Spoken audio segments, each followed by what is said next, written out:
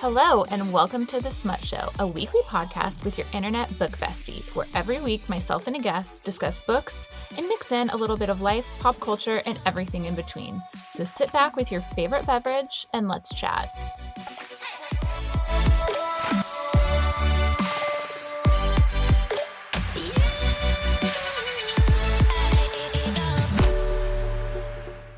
Hello, and welcome to The Smut Show. I'm Neely, and it's a new era of The Smut Show. I am hosting-ish all by my lonesome, but I do have a co-host today, and she's going to pop in and co-host, frequently. It's going to be kind of like Jenna and Friends, but smutty. So I'm going to actually let our co-host today introduce herself. So co-host, take it away. Thanks. My name's Arley, though some of you, I'd say you'd recognize me by my voice, but that's been taken out. But some of you might know me by a different name, which is Diana Elliot Graham. And I've actually been on this podcast before when I was being interviewed as an author. Was it like the fourth episode? Yeah, it was one of the first episodes. I'm looking it up right now as we record. Go on. I think it was your first author interview, but it was definitely one of the earlier episodes because we had like fangirled over each other in DMs for several weeks by that point. Oh yes, it was our third episode. Yes, you were the very first guest. Episode 3. So this has come like very full circle. On April 11th, 2023, almost 3 full years ago. First of all, the fact that that's 3 years ago is I can't believe this podcast is almost like a full-on 3-nager. I hear you because like I'm about to celebrate the 1-year birthday of my second book. Like that's also crazy. And I was thinking about that because I was in Antigua when I read it, which was a year ago next week. Yes, when I read it. You got that dropped to you right before the plane. I did. I was like, listen, just me casually harassing her, telling her, listen, I'm not going on this trip until you send me this book. And you got it. Yeah. And there was a point where Andrew and I were sitting in our lounge chairs and he was, reading Reddit, and he looked at me and he's like, are you okay? And I have straight up tears rolling down my face. And I'm like, no. And it was the point where I figured out what was about to happen. And I was like, oh, well, I hate this. Where that shoe drops. I love it, but I hate it. Yes. But I mean, it's funny how we mark time now, right? Like you look at this podcast as like, a way to say, wow, that's been 3 years. And like, I think this episode is actually going to drop on the 1-year 13th. Anniversary on the 13th of which is crazy. 6 Morning Kisses, which is crazy. Yes. So we're recording this on January 4th, which is a Sunday. I don't know that I've ever, I don't know. Sunday afternoon. Haven't done that before with the podcast. I actually have the Cowboys Giants game on mute in my bedroom because honestly, they're both so bad. I don't even want to listen to it. I don't think are you a football fan? Like, are you God. Yes. Have we never talked about this? Oh my God. I am. First of all, like I was born into just like a Cowboys crazed family. Went home from the hospital in Cowboys onesie. True story. Stop it. Dead serious. Grew up going to all the games at the original stadium. Family Thanksgiving has always revolved. We would eat at halftime. We are like diehard Cowboys fans. Then when Andrew and I got married, he kind of got indoctrinated. Like, Houston went so many years not having a football team that he really didn't have like an alliance anywhere because his dad is a Steelers fan anyway. So he was just kind of like, whatever. And he's not like he's become a huge football watcher because of being with me. But in general, not a huge football watcher. But I also love college football. Like, live and die for college football. But Cowboys, yes. Like Liam does weekly predictions of Cowboy games and we post them on Facebook. And he's been doing it since he was 1. Okay, which were funny because he would knew like 2 numbers at that point. So he'd be like, how many touchdowns are they going to score? And he'd be like 1. Sure. And it was like we started as a joke, and then it's just like now he's like insistent upon doing it. I love that. I don't have like a football spouse. Like my husband was not a football husband, but I have like one of my best friends is my football husband. We joke, and she is a Steelers fan. So then I am a Steelers fan. Like I'm a Steelers fan because she's a Steelers fan. And most of the time I'm in a Steelers sweatshirt on Sundays just because like love that. because like that's your family is your football. Like they pick your football team. Have you seen the movie Silver Linings Playbook? It's like one of my favorite movies ever. Yeah, okay. Love Silver Linings Playbook. Literally, I think when I watched that movie, I like fell in love with Jennifer Garner. Jennifer Lawrence. Yeah. Also love Jennifer Garner. Side note. 100%. She's wonderful. But anyways, love that movie. And my family is kind of like them. Like when they're watching the Eagles, that is my family, but Cowboys. Oh my God. That's a lot. Like I am, except I'll wear the gambling, not so much. No, but you all have like your good juju. I'm not a gambler. Yeah, like I'm not a gambler. Like I don't even like lottery tickets because I'm just very much like I want my money where I see my money. Like I don't love Vegas. Like I'm just like not somebody who enjoys I don't get a thrill out of like possibly winning money. Yeah. Do you do fantasy football? Okay, yes. We do fantasy college football though with like a bunch of dads at the kids' schools. Okay. So we've started doing fantasy football. And we do pick 'em. So it's not like fantasy, it's pick 'em, which is like because there's 3 million college games a week. So it gives you 10 random games and you have to decide who's going to win them and then rank by points. Interesting. And so then you get like a certain amount of points per game. It's really fun. And really stressful. You're gonna really like this. We have a Taylor Swift fantasy football league in our friend group. And I want to join it. It's called the Tortured Coaches Department. And you have to have a team. You have to have like a Swiftie name. I am the Shake It Offense. Okay, I would like to join this next year. Is there room for one more? Yes. Can I infiltrate your friend group for this? Yes. Great. Yes. Well, you're a football fan, and that'll do really good for me because I don't contribute enough to like football chat. I just like the gamification of fantasy. We did fantasy with Andrew's like work like coworkers one year, and it was me doing it. So it's always in Andrew's name. Like when we do it with the dads at school, it's the dads club. So it's Andrew's name, but I'm doing and you're the puppet master behind the scenes being like, this is the. But the thing is all the dads actually know that it's me at this point because the weeks that I've won, I've made it very clear that it was not 100%. Andrew who won. It was me. Okay. Yeah.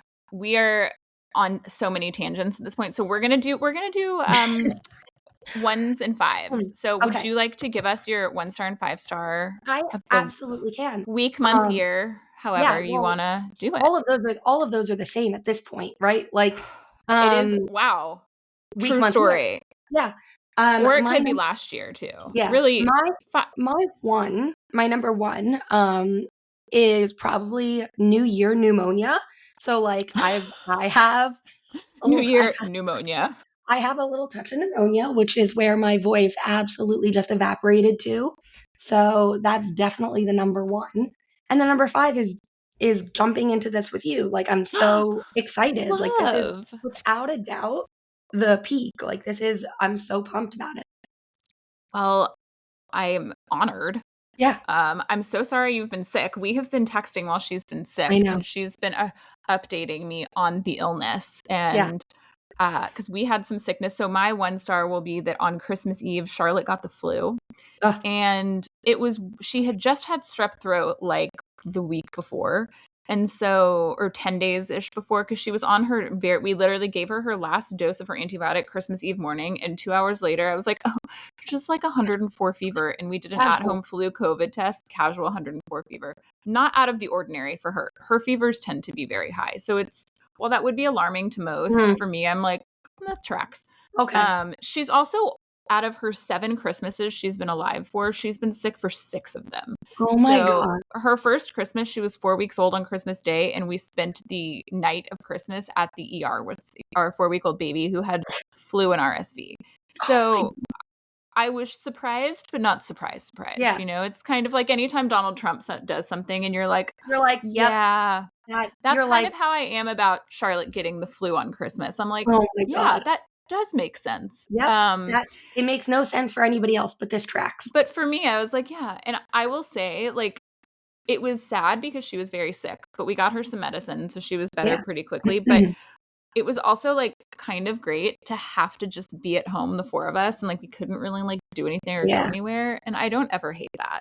Yeah. So And then my 5-star, other than obviously recording with you and just getting to yap with you, which is like one of my favorite things. It's just the new year.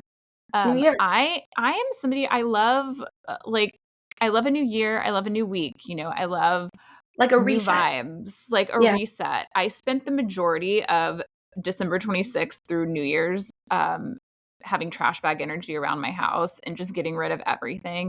If you've seen a meme or like a reel for the past couple of weeks of people being like, day after Christmas, like I hate everything. That was me. I was like, everything must go. But I do this every year, and I love to clean out and kind of start anew. My kids don't go back to school till Tuesday. So instead of going back tomorrow, which is like when everyone needs to report to work, my kids' schools are like, we go back to work JK. Kids can go back Tuesday. Well, I think it's because teachers have like in-service tomorrow, so like they go back and kind of like prep, have to which makes sense. Week. Yeah, like they've got to get the classrooms ready and clean up from the holidays, which makes total sense. They deserve it. Love that for them. But yeah, okay. So next, what have you been like reading or watching? I mean, I already know the answer to this. This is really more of a formality. Yeah, you definitely know the answer to what I'm watching, which is one of the reasons we've been texting nonstop. Yes. Being bedbound. So I got sick the day after Christmas. I started like feeling down. And like I tested negative for COVID. I tested negative. You were like sick for a long time. I've been sick for a long time. I haven't been this sick for this long, like in maybe my adult life. Like it's been ages. But so that means I needed to find something that I could like put on TV and just like let run. Because it has to be something. I'm like that if I have a migraine where it's like, I don't want pure silence. I can't focus. But I need it to be something like Andrew and I fall asleep to Friends every night for this reason. Like we put it on and it's just like background noise. Comfort. Yeah. And that's exactly what I did. And I chose Dawson's Creek. So like I've not done a rewatch of Dawson's Creek in so long. And I started episode 1. So if anyone needs to know it is bad. I mean, the first couple episodes are so bad that you're like, you go back and you're like, I have to remind myself frequently that I was 13. Like I have to be like, I was 13. I didn't know. I didn't know what I didn't know. And like, I'm even rewatching it and I'm like, wow, Jen Lindley, the Michelle Williams character for folks. She was stunning. I'm sorry, but we never gave her enough credit. Breathtaking. Stunning. The hair, like literally looked like an actual angel coming out of that cab. I would actually argue, like rewatching this. So I'm in season 5 now. So like you've gone through, like we'll get to it, but the episode in season 4, where they break up at prom is so painful to watch. But you know what's funny? It's like watching so much of this now, I'm like, okay, so Jen Lindley being the girl who like escaped New York and then had to like calm down. Such a original Serena, original Serena Vanderwoodson, like trying to like start over and have like a new fresh life and like not be that girl anymore. Except Serena like then comes back and like tries to start over in her same city. I'm like, no, 100%. You have to move to North Carolina. You got to go to Cape Side. 100%. And then even like that breakup scene at prom, suddenly I'm like, am I watching The Summer I Turned Pretty? Like this is all, these are like. It's very, I think I've seen this film before and I didn't like the ending. Right. I'm like, because you also like, I'm like, wow. This is like such an unpopular opinion. I love the 6th season of Dawson's Creek. No one else does. I love it, and I'll tell you why. I love Eddie, who is terrible for Joey. Okay. Yep.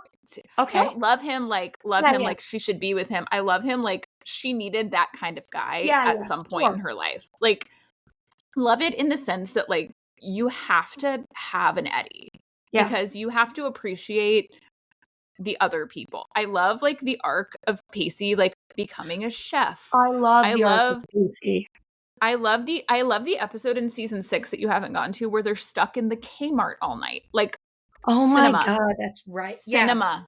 I'm really excited. I'm thinking I go back to work tomorrow technically, but I'm pretty sure I'll probably be done in the next couple days of this. A soft re-entry. Oh, it's absolutely a soft re-entry. Like, you know, everyone. I like the memes where people are like, I've been off work for so long, I don't even remember what I do. And I'm like, valid. Well, I often feel like I have one of those jobs where like I don't think people, like I don't always know what I'm doing. Like I don't know what my Are you a transponster? I am a transponster. Me and Chandler Bong. Chandler Bong. Yeah. I don't trust people who wouldn't have gotten that reference, by the way. Like, I'm so glad I could validate my presence here. Then. I feel like too, like when I meet people who haven't watched Friends, I have to assume one of two things. One, they're not young. funny as people, or they are like Children. were born in like 1995 and after, because I'm like in the 2000s. At this point, or they'll be like, I found this show Friends, and I'm like, I quite literally started watching Friends as it aired. Yeah, same. I will never forget in my dorm room watching the episode where Rachel gives birth to baby Emma. Yeah. In my dorm room. Yeah, like, 100%. Yeah.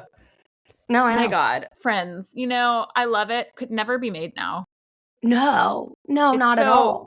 Neither could Dawson's Creek for that matter, because Pacey and the teacher, like, people get like once a day I see a story about a teacher getting arrested. Yeah. And so often recently it's been female teachers. I know. I feel like, did you see the one recently? It was a female teacher who posed as a younger person to like manipulate a 5th grader. I'm like, as someone who is a parent of a 3rd grade boy, that is terrifying. That's insane. I do feel like 10 I saw that in 5th grade.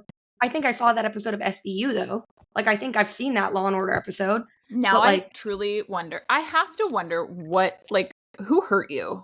You know what I mean? Like when, like, I understand these people should be arrested, but I'm also like, please tell me you're getting them mental health care. I mean, because like, well, doubtful, right? Like we don't give anyone. I don't have that high hopes of our prison system. I'm like, I don't have that high hopes of our healthcare system. What do you mean?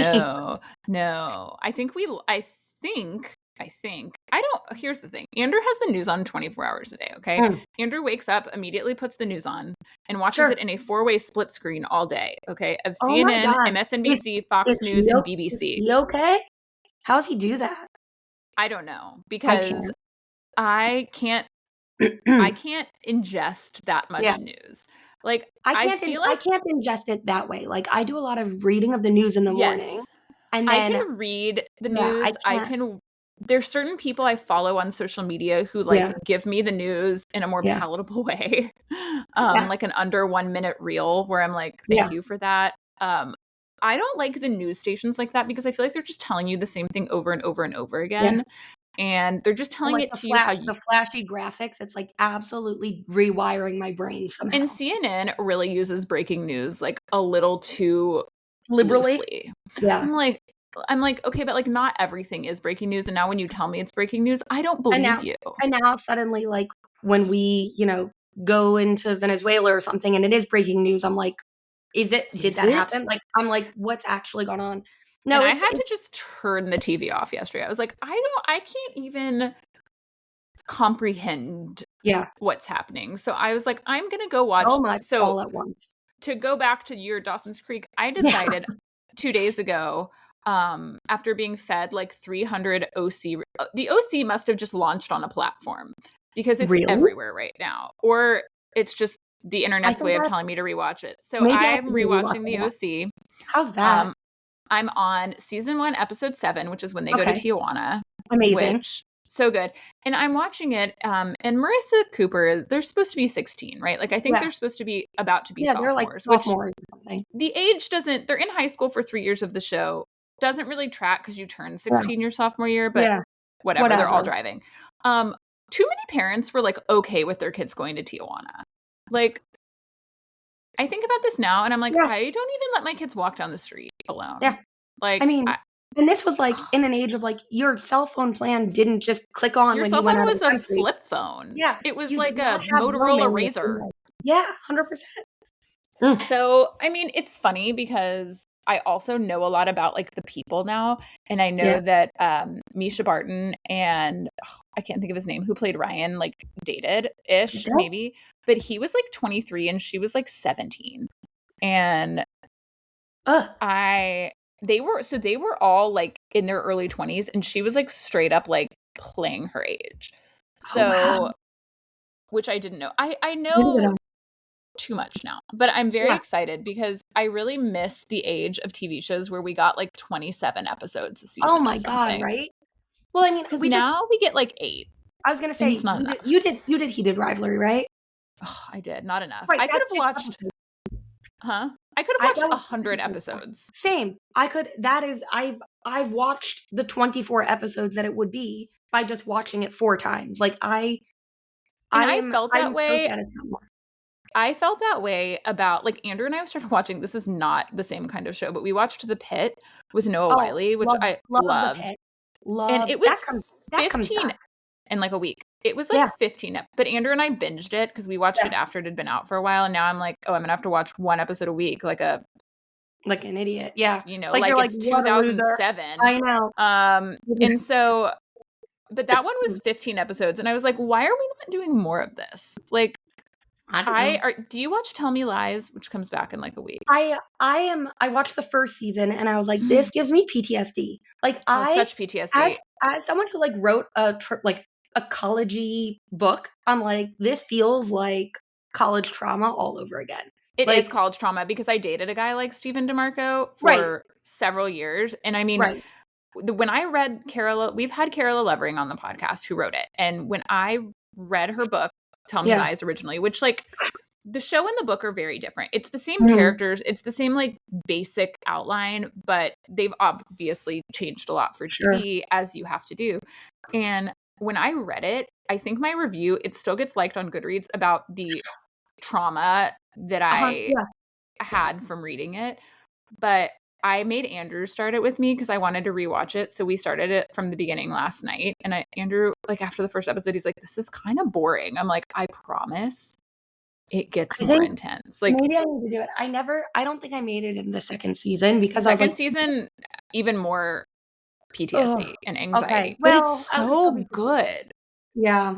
No, I should do it. I should have Sam do it with me because, like, you know. I would love Sam's commentary on it because he's such a gentle soul. He's such a gentle soul, and I love his commentary on things because, like I think one of the best examples when we went and saw It Ends With Us, right? Like, we saw It Ends With Us. I still have never seen it. Okay. I'm good. So we saw he didn't read the book. He didn't know anything about it going in. And we're sitting in like the first part of that book and the first scene in that movie when they meet, he's like having a fit on the rooftop throwing chairs. And like this is who's being positioned as her love interest. Sam leans over next scene in the movie theater. He goes, that guy's a red flag. Like 2 minutes into like not knowing anything. But it is. Guy, like, 100%. And so I'm like, thank you so I have refused to watch the movie out of just like an abundance of distaste for Blake Lively as a human. And to be fair, almost any movie I've seen her in, I haven't liked, including The Age of Adeline, which was one of the worst movies I've ever seen in my life. Oh my God, really? I hate that movie. I don't think I feel that way. Like, that's okay. No, I know. You're not going to punt me off the podcast now. No, but I just didn't like that movie at all. I think the Blake Lively problem is that like I only see Blake Lively now. Like I never. Same. I can't see a character. Right? Like I can see Serena Vanderwoodson in Gossip Girl, or I only see Blake Lively. Like there's no that is between. The same with me. I cannot see. I think that's more my problem, and like why I don't need her making movies necessarily. Age of Adeline, I think I liked more. It wasn't. I would have liked the story with a different actress. Yeah, probably. I don't think she's a good actress. I think. Yeah, no. Well, Serena she is Serena Vanderwoodson. Like I think that. Like put her in a bandage dress and she can crush it. But like 1000%. And I also think she has some of the most beautiful hair I've ever seen on a human. But truly, people don't always agree. I love her hair. Do you? I do. I think she has gorgeous hair. I also don't like Ryan Reynolds, and they've got that bully dynamic of like they're kind of like. I don't even really like Justin Baldoni. Like I thought that whole saga to me was so silly and unnecessary, and all it did was make me not want to see the movie. Yeah. So like whatever they were trying to do didn't work because I read, first of all, I don't even like the book. Yeah. That is a totally different story. The book, I also am not like, I'm not a huge fan of the book, but I read the book and I read the book and I read the sequel. I read the sequel and I love a book to screen adaptation. Like anytime there's one, I'm like, I love it. Let me tell you how much. There's so much stuff coming out. How excited are you? I cannot wait to watch The People We Meet on Vacation. I'm like on the edge of my seat. I might wake up at like 4 a.m. and watch it. That I is feel like how they need to excited have I a am. party. Like, I feel like we need to like have some kind of party. I'm worried it's going to let me down because of how excited I am to watch it, but it literally looks so fucking good. And I don't think I'm going to be disappointed. I don't think I will either, but I just hope the pacing is good. So here's my issue when they adapt a book to a movie versus a TV show. A TV show to me is always better because they can pace it better. Yeah. And like I loved Normal People, the book, and I loved Normal People, the show. Yeah. But like the show was paced so well. So good. Some of it was just like direct copy. Like it was on the money. Like it took me a long time to not see them as Marion and Connell. Like the cat, everything about it was perfect. I think casting phenomenal. I use it as an example of like a good way to do an adaptation, whereas I saw The Idea of You and I've never been more excited to see a movie in my life and more terrified to see a movie. You love that book. I hated the adaptation in the theater. So I went and saw it in the theater, and then like I waited some time and I watched it again, and I was like, perhaps I was too harsh. And every time I watch it, I can't tell if it's that I don't like Anne Hathaway, which is a potential issue, or if the pacing is so bad. And I think it's the pacing. And I knew that it wasn't going to be great when they kept pushing the release, and when they had to like, whenever that happens and a release gets pushed and they have to refilm or like something happens, I'm like, I already know you've something has happened. But there's so much good stuff coming out. But I think every Emily Henry book has been like optioned at this point. Yeah, I think so. And I don't know if, but Bridgerton is another one that has great pacing. Phenomenal. And they also that's coming out in like a couple weeks too. January is giving us everything that 2025 didn't. Like, I mean, January 2025, we kicked off like we thought we were going into like the year of Kamala, and we got what we got, and now they're I went to Antigua the first week and read your book, so like it started well for me. It just was like kind of pretty much downhill since then. Veered off after. But so I think 2026 like has put us on the right timeline. Maybe we're kind of back somewhere. Hopefully, I saw something that said 2025 was the year of the snake, so it wasn't supposed to be easy. Like it was supposed to be a hard year, and that 2026 is the year of the horse. And I don't follow any of that. I like a horse. I love a horse. I love horses. And so I'm gonna go with that. It was supposed to be hard, so it was hard. And I'm like, we survived. Everybody got through. I mean, not everybody. We came out without Diane Keaton, and that is tragic. Oh my God. But also, because I haven't recorded the podcast since this happened, but the Rob Reiner. Oh my God. That's horrible. Like, when I got that piece of news, it was one of those moments where I'm like, is this real? And then there are sometimes that I see news and I don't believe that it's real. No, I don't. I also, and what happened is I then saw the Trump response to Rob Reiner, and I sent that to my mother-in-law, and I like DM'd it to her, and she's like, is this real or is this AI? And I go, oh my God, it's AI. I've been got. Like, this isn't real, obviously. And of course it was real because it was real. It was real. And anytime I see one of his tweets, I have to go check that it is a real before I send it to people. Because I'm like, for a minute, I thought, oh, it's actually, this one's bullshit. Like, this is the time that I've been got by AI on the internet. It was now. But no. I will say, though, the Rob Reiner coming right after Diane Keaton, I was like, what is happening? I also felt like sudden celebrity deaths always hit me harder. Matthew Perry must have like taken you out. Matthew Perry took me out. But it was one where I was like, it took me out, but I also believe, like, I had read his book, and so it wasn't hard for me to imagine. Like, I was like, okay. I mean, there's others that I think, like, Michael Jackson wasn't surprising. Heath Ledger took me out. Heath Ledger, I remember when that happened. That was devastating to me. Devastating, because he is like our age-ish. Yeah. Well, I realize now I am older or the age of Princess Diana when she died, and like for some reason that kind of fucked me up. She was 37, I think. Yeah, Yes. I'm 37, and she, like, Or no, all I maybe know she was younger than that. I she need might to have look she that might have up. been 36. I think I am, like I mean, I'm all I know is 41. I am either her age or just over her age. Like, She was 36. yeah. So it was this birthday that I was like, "Oh, I've aged further than Princess Diana."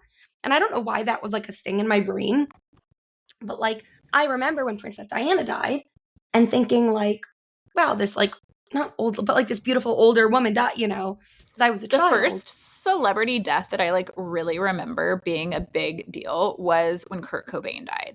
So I was Mm, like 10-ish, maybe 11. yeah, I was like around that time.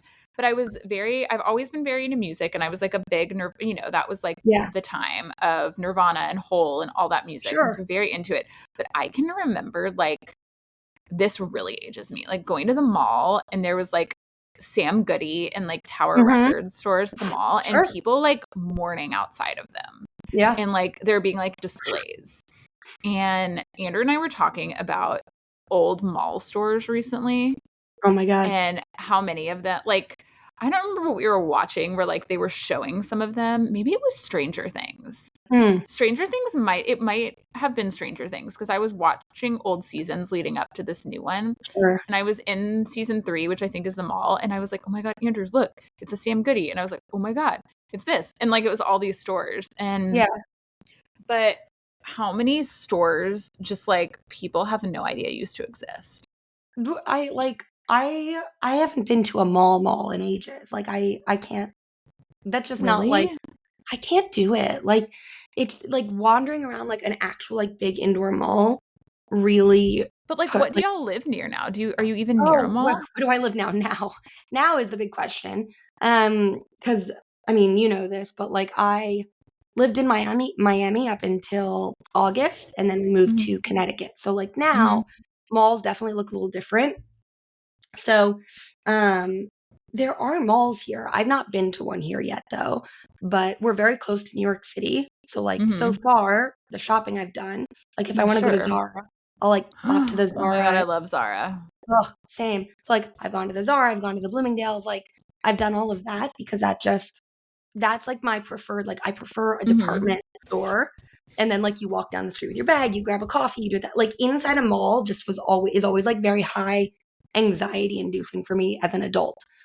I don't I know. so we have Dallas has like a couple of very different malls. So we have Mhm. North Park, which is like the mall equivalent of going to like Fifth Avenue. Okay. There's like a Prada and a Louis Vuitton and a Oh, yeah. Tiffany's and very fancy. I mean, they Yeah. still have like Aritzia and Zara and Yeah. Lululemon and that kind of stuff. But then we have the Galleria, which is like, they have a lot of the fancy stores, but there's also an ice rink in the middle of the mall.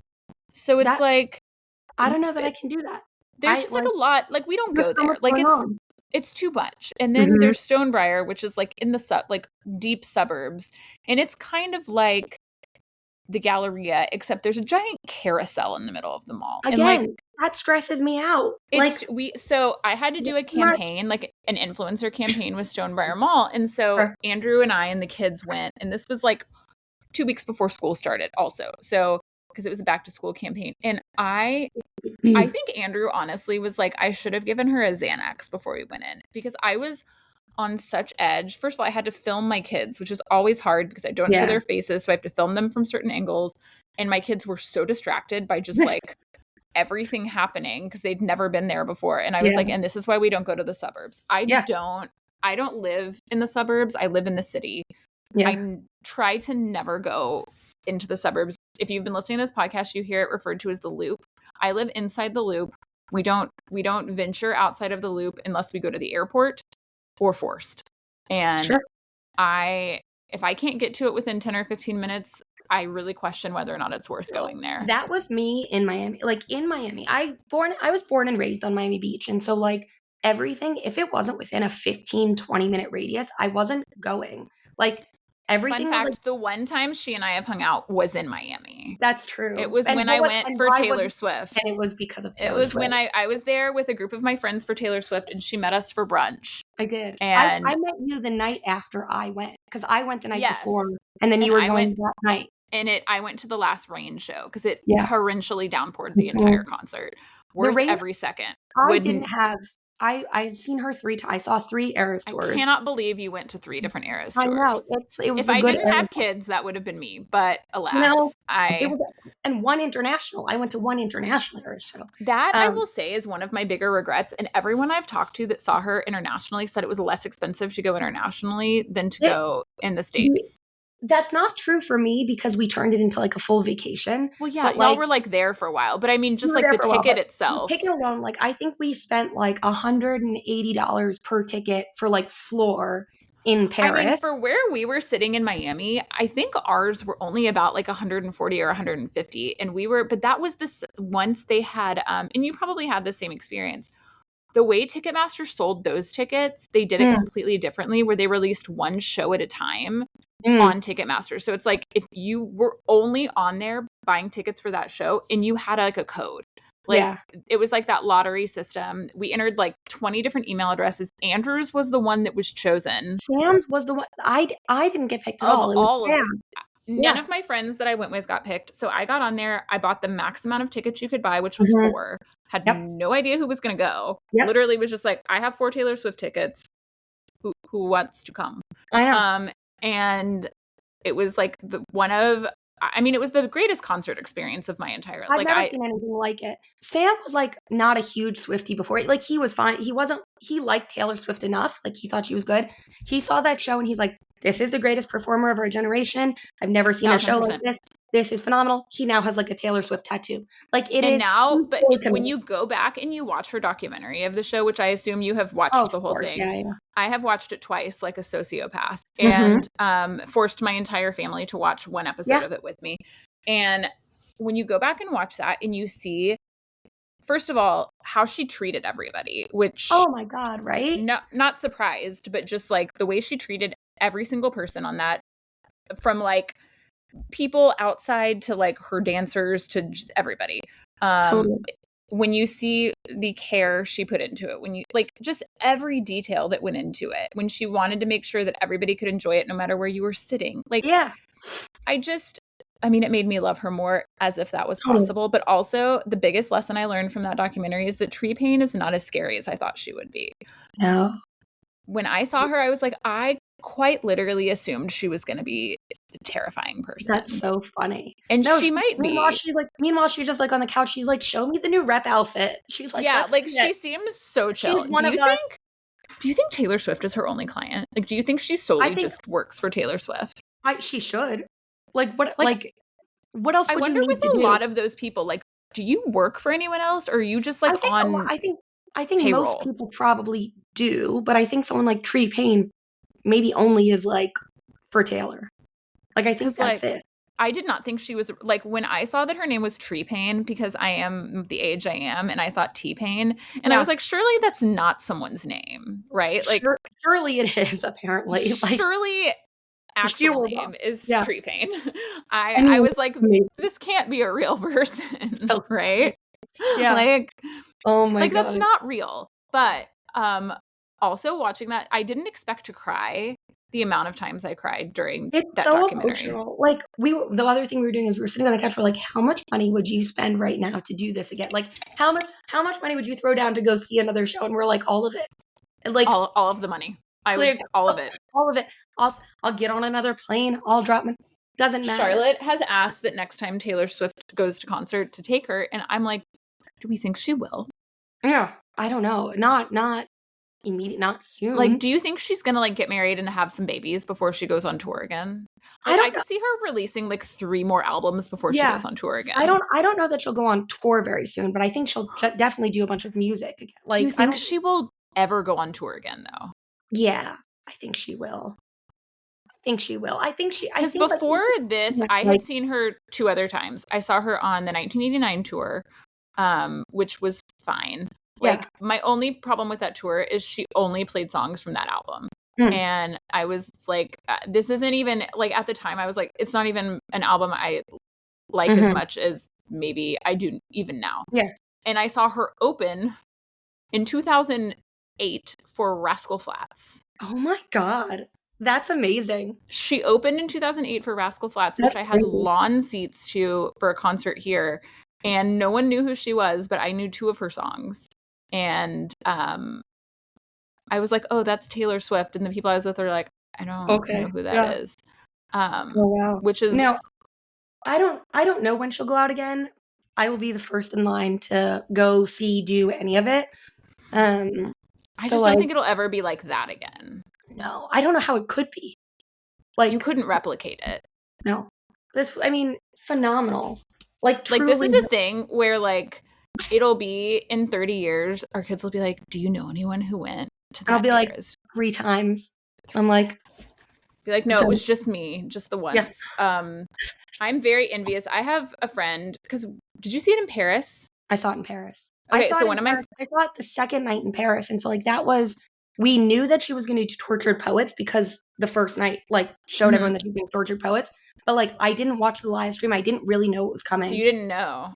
I didn't know the level of so many live streams. Oh my god! At that point, not for the night in Paris, I didn't. I didn't for Miami. Yeah. So I didn't know that Florence came out and did Florida. Wait, you might have told me. You might have told you. Yeah. You might have told me. I didn't, but I don't think at that point we didn't know we knew she would do every night. It makes sense though for Florida. Yeah. So I felt like that was cool to be able to see her do that with Florence. God, I could talk about Taylor Swift forever. I know. I would joke that this is like kind of a Taylor Swift podcast because it's like a very rare episode where I don't talk about how much I love Taylor Swift. Okay, let's talk about books. What are some books you've read lately, if any? Okay. I've had a hard time reading while I've been sick because like it's been one of those like I can't. And by lately, I mean in the past year. Yeah. Well, no, that's fine. One of the things I am reading right now though is like, because I saw Heated Rivalry, I'm like leaning into my hockey romance, like time right now. So I haven't read the Heated Rivalry series yet. I'm going to. But there's another indie author that I like, and her name's Angela Swan, and she's written like kind of emotional hockey romances, and like I love a thick book, and she writes like a thick book because like I just feel like 600-page hockey romance. So like I've been eating that up. A 600-page hockey romance? Yeah. Are there any shifters in it, or is no it just shifters? You're not a shifter person. You're not like a shifter person. I'm not. I still haven't recovered from you telling me about pastry shifters 3 years ago. Thank you for bringing that up again. I honestly thought to myself, like, don't mention the pastry shifters. I've mentioned it many times on the podcast. I'm so glad. It stays with you. The problem is, like, I talk a lot about books at work, and so, like, I do that with only a small group of people, or now many more people knowing that I've written some. But every so often, I'll say something about, like, a Shrek romance novel that I read. Like, and they're like, what? Like, and then I have to, like, be like, no, please take me seriously in that meeting. Wait, please. I saw something today, and I meant to send it to you, and now I'm not going to be able to find it again. But it was like a romance book cover, and it was like a cow that was like the male. It was like Minotaur, but cow. Oh my god! I feel like I should tell everybody though. Like I feel like this is my re-entry into podcasting with you, and now what people have heard from me is that like it sounds like I'm just super into like the unique weird shit. She's not. That's not my default. I think what it is like she loves to break a heart though. I do love to. I like to break a heart. I like to read a heartbreak. I like to read a love story, and I'm not going to say that I don't. We talked about this a little bit before the podcast. Here's the thing: like, I'm okay getting my heart broken. It doesn't always have to have a happy ending in the sense that the traditional, you think of a happy ending. Yeah. If it is a good love story, I want to read a good love story regardless of how it ends. Now, sure, I love a happy ending. I love them. I read a book this summer, or it was Carly Fortune's newest book this summer. It was One Golden Summer. And like, I love to read a book where I'm like kicking my feet, right? Like I want to kick my feet. I was describing Heated Rivalry to someone like that. I was like, you'll kick your feet. Like you're giggling. So you're like giddy. Giggling. It's so you're like you're falling in love. You're feeling that like you're feeling the feeling. Falling in love. Yeah, completely. I want to deeply feel what the people in the book are feeling, whatever that emotion is. Yeah. I just don't want to be scared. That's like my only thing sure. for a book. Yeah. I don't like a thriller. I don't want to be frightened by books. I don't want to not be able to sleep at night because I'm afraid I'll have a nightmare. I want to not be able to sleep at night because I'm so emotionally attached to the You're book. like distraught or like Yes. obsessed or whatever it is. I think that like for me, whatever it is, if it's the smut, if it's the romance, if it's the heartbreak, I just want it to feel very authentic and not like it's just forced into whatever it is. And so like the shifter romances are really kind of unique reading experiences. They're very quick reads, and like I got into that because I saw one of those books pop up and I thought, surely this can't be a real novel. So like surely men turning into an eclair cannot be a real thing that someone wrote about, but it was. And eclairs so, like, are delicious though. I love an eclair. But you know, so like all of that, and then you know, you've got the Shrek romance, and you've got all of these different things that people enjoy for many different reasons. And for me, it's like kind of like this curiosity of it where I'm like fascinated. That's a very different type of reading than the like, I just want to authentically be obsessed and emote the way the characters are. Like they're turned on, I want to be turned on. They're in love, I want to be in love. They're like that's what I want. And so I think that's why I like smut in a novel, is because sometimes you read a love story and like intimacy naturally progresses into that like spice or like sex part of it. And so like I love that, but with reason, right? Like I know I have talked about this on the podcast a bajillion times. Not sure I have with you. Have you read You with a View by Jessica Joyce? I haven't. I haven't read it. I need you to, so you understand my obsession. But I'm going to tell you what You with a View did to me. I read it, and it took me so many months to read again. Really? Because it affected me so much, and I loved the writing and the story and everything about it so much that I was like, I worry I will never read a book this good again. Oh my God. Like, well, I have it here. I think I have it here because I'm pretty sure you've recommended it to me before and I bought it. Listen, if you've met me or you've heard this podcast at least once or you've talked to me in life, I've done all someone ever asks for a book recommendation, I recommend 3 books immediately. I recommend When We Were, You with a View, and One Golden Summer. And those are the 3 books. Although with One Golden Summer, I'm like, but you have to read Every Summer After first. Otherwise, like, it doesn't make as much sense.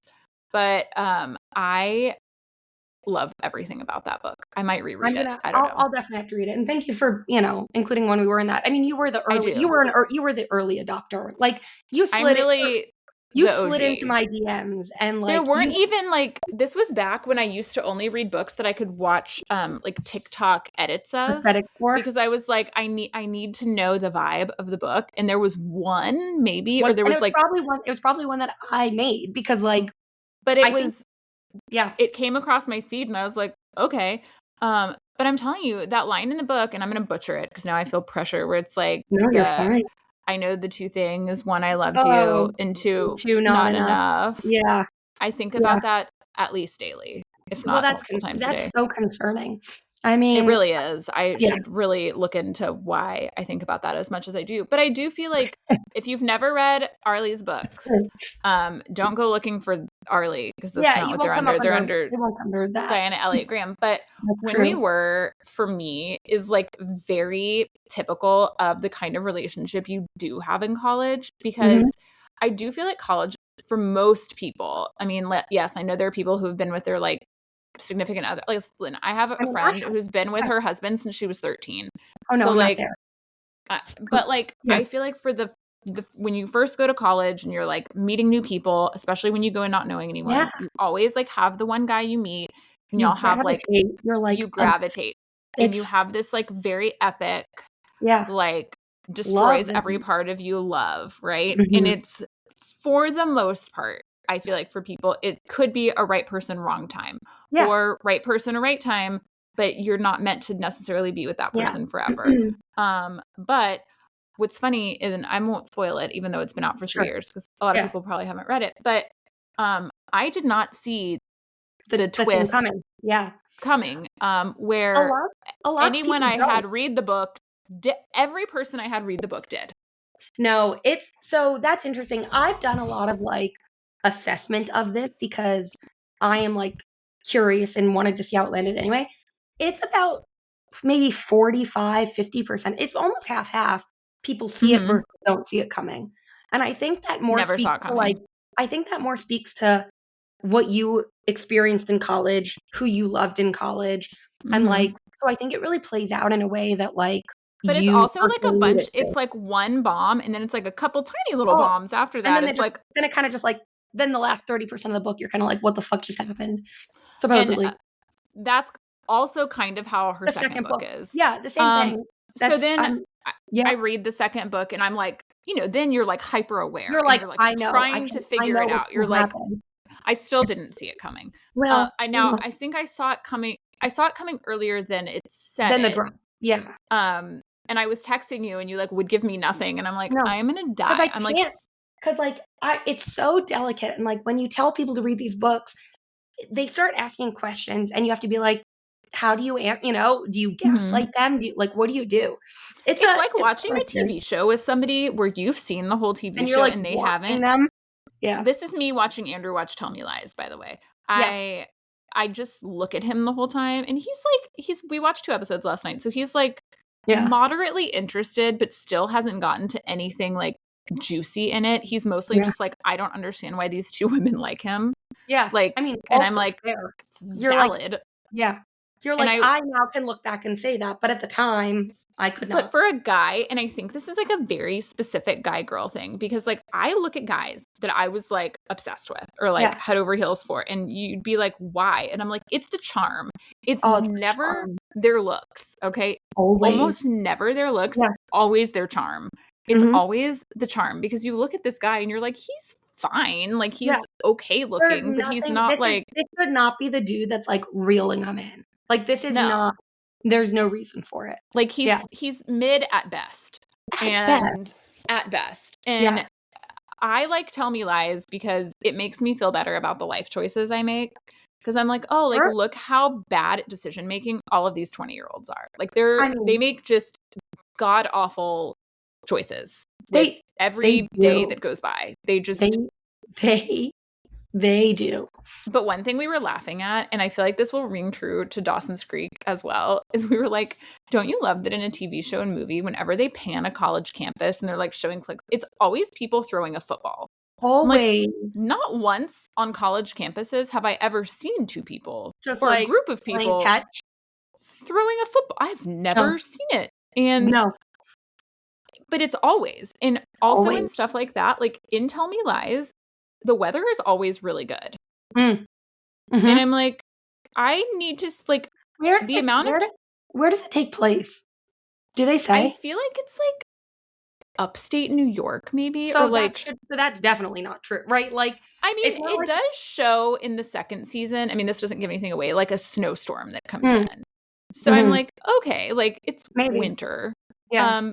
But the whole first season takes place over a year of college, and I'm like, I feel like they're always in just like okay clothes. The book takes place at a college in California, which would make a lot more sense to that, where the weather would just be like fine the whole year. But I don't think this does. I need to look. I don't know if they've ever like specifically said it's a fake like it's obviously like a made up college. But I think it's New York because at one point he goes to New York for like some sort of interview. Yeah. So then that makes sense. Somewhere no, it is New York because she talks about being from Long Island. Then yes, for sure. Okay. So, because she says she's from like Cold Spring Harbor, which I think is supposed to be Long Island. Yeah, it sounds like it. And then she makes only because we just watched those episodes last night. Also, I watched it again when we were flying from Dallas to London. I was watching it on the plane, and I can't express enough how awkward it is to watch a show like that when you're in the middle seat of a plane. Oh, no. We're not fancy. We didn't get like lay down seats. You didn't sat. No. I don't think I'll ever be able to travel again not doing that, though. I know. That's what I was going to say is I've made the mistake where we flew to Paris and lay flat because JetBlue does like they do to Paris and to London. And they have like the most we flew American direct. They do the most economical lay flat seat I think I've seen. And it was amazing and it changed my life. And I just don't think I'm ever going back. And like that's a problem. Yeah. That's a problem for me now, right? My friend is in Mexico with her husband and kids now, and they flew first class, and she's like, "I'm ruining these children." Yeah, like good luck. Or she's just making sure that no one else will ever meet their standards. Like, they're not going to settle for anything bullshit. I told her that. I was like, you've got to teach them. Yeah. Because she has a boy and a girl. I was like, you have to teach them what to strive for in life. Yeah. We flew first class on our honeymoon, and it's the only time I've ever flown first class. And I got so drunk I passed out. Mm-hmm. I mean, you can really justify the cost of it, where you're like, well, the alcohol's free. And like, and I think I took it really seriously that they were like bringing us teeny bottles of Tito's vodka, like constantly. And I just was like downing vodka drinks. Mm-hmm. And then I just fell asleep and woke up in Hawaii. So, what a dream. That sounds like a perfect start to the honeymoon. So, okay, anything else we want to cover on this first episode back? Yeah, I think there's one thing I want to cover. One thing. Okay, she wants to cover one thing. So tell us the thing. So, because this is coming out on the anniversary of 6 Morning Kisses, and I wanted to do something special on that day, besides just like being on this podcast, obviously. Sure. This is going to be where I tell the world, or the very specific corner of the internet that cares, that When We Were is being turned into an audiobook. And that is tell us about that this summer. Okay, tell us about the audiobook. Are you you're not doing the voice, my narrating? Right? Do you like, that's where my voice is gone, is me just like narrating. No, not at all. My normal voice certainly wouldn't do well for audio. And this one, I think you could. Oh, thank you. That's very generous. But when you hear the people that actually are doing it, you'll understand why there are no one else that could. It's been a really interesting experience. I'm so excited. Our main gal, who's going to be voicing Arden, her name is Devin Chandler. She's on social. I'm like obsessed with her, and she's so witty. She really was going to bring that like fun, kind of like bantery, confident vibe to Arden. And so I'm just really, really excited. And then it's going to be dual narration. So there's going to be a male narrator as well. And I think I've teased a little bit of it on my close friends, like just trying to get some folks to weigh in on some of the voices. So like some folks might have heard that, but I'm really excited. I think like this has been the piece that's been missing for When We Were. Like it hasn't been as accessible. I know some people are like strictly audiobook, and I'm finally in a place where I was able to dedicate the time to redrafting some of it and finding the right folks to do it. So thrilled. What's funny is I am not a big audiobook person, and the only audiobooks I've listened to are where I've already read the book. Interesting. Well, then, I know this summer. I don't know why. For you. Well, I'm definitely going to listen to it because so here's my thing with reading books and why I don't do a lot of audio. I like to imagine them in my head in one way. And sometimes I feel like an audiobook, if I listen to it the first time for that, this is just me personally. Most people I know are big audiobook people. But I'm excited to listen to it because I feel like now that I've read it like 4 times or however many times I've read it, which is multiple. The only other book I've reread and then listened to as an audiobook is The Idea of You, which Robin Lee narrates. Did she? No, there was no world where I was narrating it. Like, I just didn't see I could never narrate an audiobook. I could never. Like, I could never. Genuinely, there's so many reasons. I hate the sound of my voice. It's hard enough to listen to this podcast back. As you're podcasting. No, absolutely. So that just wasn't going to be it for me. And then the other problem was like, obviously I wrote this book, and so much of it, I just feel like you put so much of yourself when you write a book into it that it was really hard for me to hear anyone but myself in my head. But that wasn't necessarily the right, perfect voice for this story, right? And so I needed to find someone that was like, really could carry the weight of it and like handle some of the nuance of it. And so I'm really pleased that think we've done that. I am really excited about it. And obviously as it gets closer, we will give more information on all the things. And I hope you share the process with us too, because I feel like from an author's perspective, that'd be super interesting to hear just about the process. If it wasn't clear, I'm absolutely winging most of this authoring thing that I'm doing, right? Like, it is so much of me just like throwing shit to the wall and seeing what sticks. But I try to do it with some intention and thought, at least for the people that love it so much, that have like given so much of themselves to me in this. It's you. I want to make sure that like, about me. Yeah, that I'm doing right by all of those folks. So throughout this whole process, throughout all the things that I do, keeping that in mind has been super important. But yeah, I'm glad to share any of it. But most of it is just me like even texting you being like, does it sound good? Like, does this make sense? Please like, do. you know, Send me snippets. I'm here for it. I will. Oh, I'll send you a snippet right as soon as we get off because it's very good. I'm excited. Yeah, it's so fun. Well, tell people where they can find you. Oh, okay. Well, you're gonna be able to find me under Diana Elliott Graham, all places, because I don't social media personally. Like my personal brand is not the brand that I like put out in the world. No. Because my personal But for brand, all the book related things, you can find her as Diana Elliott Graham. Everywhere. TikTok, Everywhere. Instagram. Yeah. She's all over the place. Quite literally in all the ways that you mean that. In all of the ways. You can find me everywhere at Neelykins except TikTok where I'm Neely Moldovan because there is a Neelykins TikTok, which is me, but I can't get back into it. And this was years ago. So I post as Neely Moldovan, and that's where you can find me. And you can find the podcast everywhere at Smut Show Podcast. And also, it has been like a long time since we have had some podcast ratings and reviews on Apple Podcasts. So if you would like to take like a hot second and give us a rating and a review, I would really be appreciative of it. And if you do, and I read it on the podcast, I'll send you something really exciting in the mail just from me. So anyways, thank you for listening to Smut Show Podcast 2.0. It's much appreciated. And Arley, thank you for joining me. Anytime. It's been a delight. Literally. Oh my God. She's like, anytime, as if she's not going to also be joining me for next week's episode. Next week? This time? Yeah. Next week. No, I same can't time, wait. same place. All right, guys. We will talk to you soon. Bye. Bye.